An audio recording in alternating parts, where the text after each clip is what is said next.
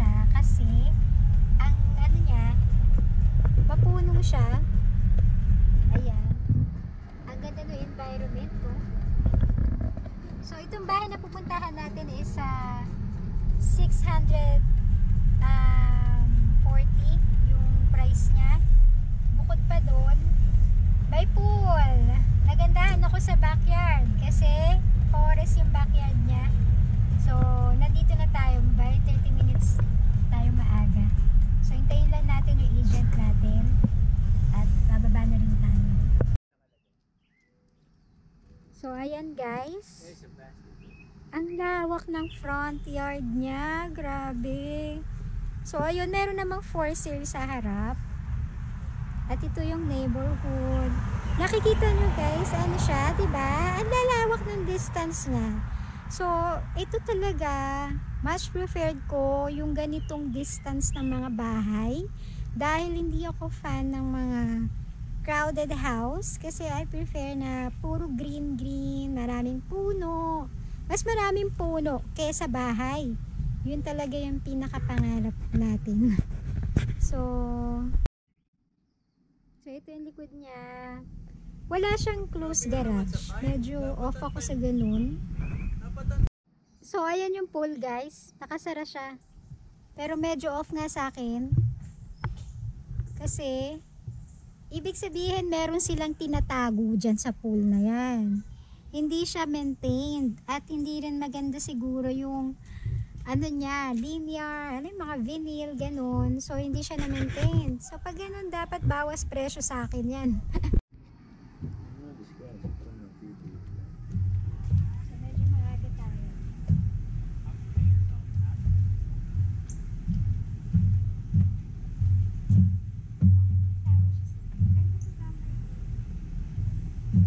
Gusto ko yung ambience.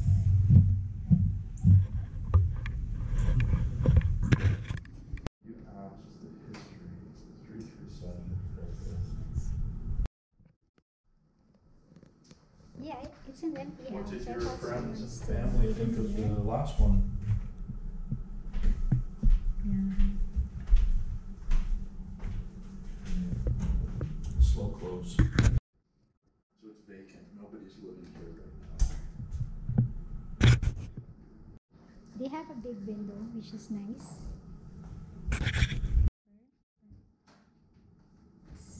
Plastic. They're like, yeah, plastic sheet. Yeah. Pool liner and pump was replaced. It's actually just a table, like our bowling table.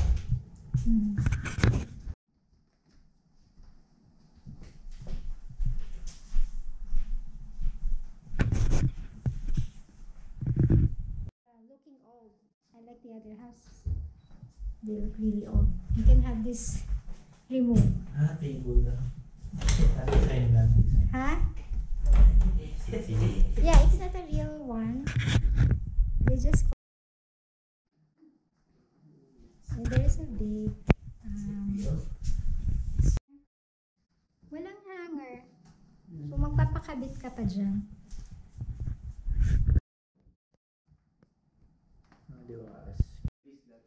Because we don't. I told her to just get, but she, the old X3 is quite small, but now it's very. So, basement. Yeah, there's a same room. It's really for renting out. So, laminated wood. Yeah, mukhang okay pa tong plumbing niya. Tawag dyan. For family renting out. Actually, this is walk-in closet. Malaki yung closet niya. 2 rooms yung basement. Mas maganda kung 2 rooms kasi pwede for family. So, ito yung pinaka-importante. Yung itong mga electrical room. Bago ba yan? So, lahat naman dito is rented. Very good siya. Yung goods siya. So, goods daw to. Goods daw. Kasi, wala kami nakitang mga Maraming wire. Gusto namin kasi malinis eh. Wireless. Wala ganong kalawang. Yeah. Yes, in behind this, there's always a big code. Ganda ng kitchen, no? Para sa kitchen pa lang kompleto na eh. At saka yung walls. Ang ganda oh, kasi may sariling shower. Medyo ano lang tayo sa pool. Ay, nakaano tayo. Apa? So, laki ng backyard niya. Ang ganda kasi may puno dito nakaharang. So, this is a conditional offer. This is nice. Actually, the house is good enough, I think, in the size. Parang nothing naman. Nothing to renovate here. So, ayun na nga guys, nakita na natin at may isa pa tayong next na property. So, dito sa Southdale, malapit siya sa St. Thomas. Ang ganda ng mga nakikita ko dito. Diba?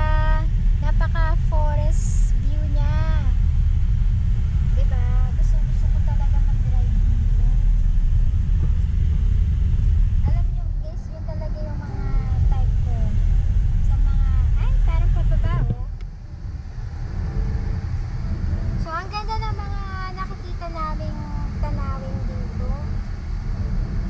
Ito yung nagustuhan ko talaga sa Ontario, na wala sa ibang province. Yung magagandang mga puno.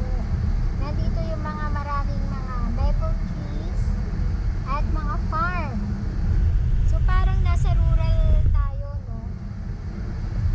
Hindi na tayo makakaalis dito. Sa akin, best province na sa akin to Ontario. Kasi nandito na lahat. Forest city talaga. So, any part naman ng Ontario, kahit sa province, is mapuno talaga. Lumilitaw yung ganda niya kapag summer. So, ayun nga guys. Hindi ko sure kung yun na ba yung property namin. Pero para sa akin, hindi ko pa ma-feel. Grabe talaga oh. Ang ganda oh. Puro mga golf course. Dito naman tayo sa pangalawang house tour natin. So, hindi na natin pinuntahan guys yung dalawang house tour na malapit din kanina. Kasi nagmamadali na rin kami. Ito talaga yung priority namin. So, ayan. Ito yung house na may pool pa rin. Binibenta to 590. Tapos, actually 599 pala. Tapos, binaba yung presyo ng 584 dahil wala pa rin bumibili. Matagal na siyang nakapost. So, tingnan natin. Ito yung area na to is malapit lang yung nilirentahan namin. So, maganda naman yung environment. So, ayan siya guys. Ang ganda no kapag ganito. Yung brick house. Pasok tayo. Actually, ang ganda nitong may balcony talaga. At saka bricks siya oh. Ganda. So, antayin muna natin. Gusto ko yung may ganito, yung meron siyang bubong sa labas. Ito talaga prefer ko yung ganito yung labas. Hindi yung pinto kagad na walang bubong. Kasi pwede kayong tumambay dito sa labas. So, may pagka old style siya guys. The knock against it would probably be the base. But the dad had to get It's a just the special- color. Yeah. The color is dark, which is no, we can actually this is to check if this is rusty or it's just a dark color, but it's granite, so Yeah. Oh yeah. And this bathroom, that's the one thing is it's not for everybody because it's. maganda siya guys para sa akin. Mas maganda siya kaysa dun sa nakita namin kanina kasi may ano siya. It's a unique bathroom, like, Yeah. oh, you can, 15,000 go to. so why the, is it for the elder? siya rin. So, 3 bedroom dito sa taas. Natin i-check. Ay! Why is it cold? View today, so hopefully. And then the pumps and everything over there. Spot. But he said he would come and open. He's open. Yeah. Yeah, it's but Kevin lives just, which is good. He just lives, like I said, across the road. So on kasama na across itong that park. patio, yung So he umbrella comes na over to. quite often. Maganda din. And it was his Sarado childhood. na. What is the owner? No, it's a polished design. Yeah, oh, is it? Yeah. So, This rented. I think all the houses is rental. I think that is, but the rest of it is. So, it was a is this rental a too, but they're gonna washing buy it out. machine? Wow. Yeah, 'cause it is new. It's about 3 years old or something, so he is gonna buy it out. You can't shower in it properly. You need to do some make. Neighbors, because they all they cut the grass for here, and because Yeah. I guess they've been separate, like the parents, so they've always been, and I think they all bought back in the 70s. You could probably sell that, on Marketplace or something, probably, I bet you, but you have to take it out, right? So that's a pain. So, ito yung room niya. Tutulog yung mga Ha? Let's see how big the closet. Yeah. Polish. So, Iwan polish daw- design. Iwan daw to lahat.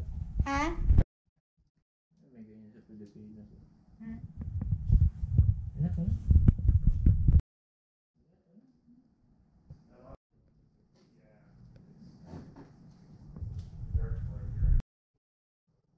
Maganda talaga yung kitchen. Yeah, I think, It's- and I remember back in and the roof is the 50-year roof with and so just off of is it Royal? Just off Royal. It's so weird. So, ayan guys. Nakita na namin yung loob. So, mababa yung tax niya. It's like 3,000 lang. Nilalang lang natin. Kasi nga maliit yung land niya. Kaya yun. Pero okay itong house na to. Kasi maganda pa rin siya sa akin. Kesa dun sa nauna kanina. Mas preferred ko to. Welcome back guys. So, nandito ulit tayo sa open house. Sa bahay. Ang ganda ng bahay kasi worth 700 siya.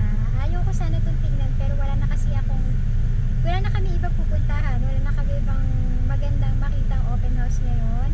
So ang bahay na check natin is worth $700. So syempre kung ako, parent ko to, syempre nasa below tayo. 650 at least. Pero check muna natin. So babala. So, ang ganda nito. Ang ganda ng landscape niya. Pagdating sa neighborhood, syempre, laging maganda yung neighborhood ng mga community. Lahat. Yung community dito, maganda. Syempre, bakit maganda? Kasi maganda rin yung presyo. 700 ba naman to guys? So, nandito lang tayo sa labas. Hinihintay natin yung agent na makakausap natin. So, itong bahay na to is may pool. Kaya, i-check natin kung bibigay ba tayo, kung mag-o-offer ba tayo sa bahay na to. Based dun sa, sa picture, hindi natin alam kung kasing ganda rin, mas maganda siya sa picture. Kasi usually naman sa actual, diba, nadi-disappoint tayo, napag-frustrate. Pero ito sa akin, pagdating sa labas, community, perfect siya. Parang bago talaga siya. Yayamanin yung may-ari nito guys, no? Kasi ang ganda ng bahay, oh. Maganda talaga eh. Alam mo, ganyan talaga yung hinahanap ko. Yung labas pa lang, maganda na. Tsaka check nyo yung gusto ko yung merong texture na bato. Kasi milig tayo sa bahay na bato. Ang ganda. Dark. Ang ganda talaga pag dark yung color, no? Kasi pag puti sa akin may pagka-creepy. Ayoko ng tipong Amityville house eh. Ito talaga, ang ganda oh. May landscape. So, ang property tax nito is nasa 4,000 plus. Ganda ng bahay. Pero ang ayaw ko dito guys is meron siyang wall between the kitchen. Ito talaga yung preference ko guys, yung malaking bintana overlooking the That way the neighbor, owner knows the who's whole entered the community. home. That would be here. 2005, the front window was done 2019. Ang ganda niya guys. Ang ganda din ang presyo, syempre. Maganda siya. Ayan no. The kitchen is so small. At saka, yung ref natin is luma at yung stove. Check the baby smell. Okay, so medyo luma yung kitchen guys. Pero kasi granite siya eh. Granite. Which is okay. Meron ditong coffee room. So may mga cleaning storage. Extra room for dining. So this is just like a little morning room. So meron ditong patio. Ang ganda. Wow. Maganda siya. Nakakainganyo, no? So ang ganda talaga guys, no? Alam mo yun, nangangarap tayo na may ganito tayong bahay in the future. Pero based sa age natin, parang too late pa ba bumili ng ganitong bahay? So same ito ng pula dun sa nirerentahan namin. So ayun na naman, medyo iba na naman dun sa interest ko. Alam nyo naman ako, gusto ko ang pool is naka-direct dun sa master bedroom na nakikita siya like 4 steps away lang. Pero ito kasi is wala siyang door. Wala siyang door. So nakita na natin yung labas. Ang ganda ng backyard oh. Naririnig ko yung mga ibon, crickets. Napakatahimik ng backyard. Grabe. Pasok tayo ulit. Dahil sobrang init nga sa labas. Ito yung breakfast nook nila. Breakfast nook ito guys. Kung gusto nyo na another separate breakfast, kunyari magkaaway kayo ng asawa nyo. So may separate kayo. Mag-separate kayo ng table and chair. So baba tayo, check natin yung base. So ito yung washing machine niya. Actually, okay na yan. Hindi naman ganun kagandahan yung mga damit natin. So, di naman siya kailangan palitan. At marami pang storage here. Another storage. Ang daming storage. Ang ganda ng basement nila, oh. Grabe, oh. Ang ganda. Pang-rent talaga to, guys. Nagdadalawang isip. Ang ganda nito mga walls, oh. Check muna natin yung master bedroom. Yung sahig niya, guys, is sobrang ganda. Sobrang ganda ng sahig. At ito yung may office na naman. So may office dito sa basement. Nandito lahat yung mga wow, ang ganda ng mga books. So mahilig ako sa ganito, mga classic books. Ako tong bahay na to, full of character siya. Ang ganda nito mga walls. So check muna natin yung master bedroom. Yung sahig niya guys is sobrang ganda. Sobrang ganda ng sahig. At ito yung laki kasi ng ano niya eh, CR, connecting washroom. So, okay lang to.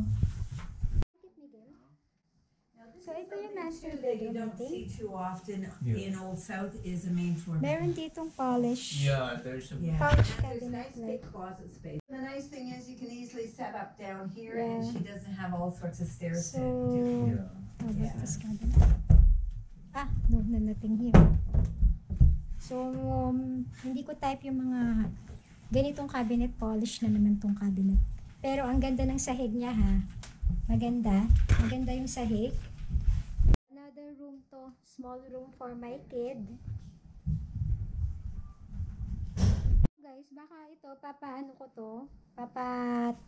Gagawin ko siyang full glass window. Kasi yan ang gusto ko eh. Yung ano talaga, abot tanaw yung punta na, balik na tayo sa sala. Ito lang yung room niya. When you actually feel down on the floor. So, merong attic room para sa mga kids. Medyo mainit dito. You like this room? the dog. May doll, oh. Muni-muni ka dito, oh. Ito, ay tama siya. Pag nagpa-inspect ka. So, hindi, maraming sira, guys, yung Kisame, which is, hindi naman siya big deal para sa akin. Big deal sa kanila. Ang daming room, ha? Parang 5 yata yung room dito. At may walk-in closet. Ayan, yung bahay ni Lola na naman. Bahay nila Lola to. Ganda. Bathroom. So, shared sila. Ayan yung bathroom. Medyo simple lang siya. Parang ganito yung bathroom Ito dun sa yung maririnig hospital. mo pag cracking. Welcome back again, guys. So, ngayong weekend na to, nakita nyo yung tatlong house tour natin. So, ano na nangyari ngayon after ng offer, conditional offer na na-accept? So, nag-bank draft kami kasi kailangan gawin yon within 24 hours. So, nag-bank draft deposit kami ng 10,000 payable to realtor. So, itong bank draft na to is refundable naman siya within 7 days. Kung sakaling nag-fail ito sa home inspection, kung nakapasa ba to sa bank, kung na-approve ba yung mortgage. So, gagawin yun within 7 days. So, ayun, natuloy yung bank draft deposit namin para ma-secure na rin yung property, hindi na siya ulit, para mabura na siya sa listing. At ang next is yung home inspection. Dapat magawan din siya within 7 days. So, abangan nyo sa next vlog ko kung nakapag-home inspection ba tayo dito sa lumang houses na to. Kasi medyo kabado ako dito dahil luma nga siya, 1984 built. Alam kong may mga sablay yan.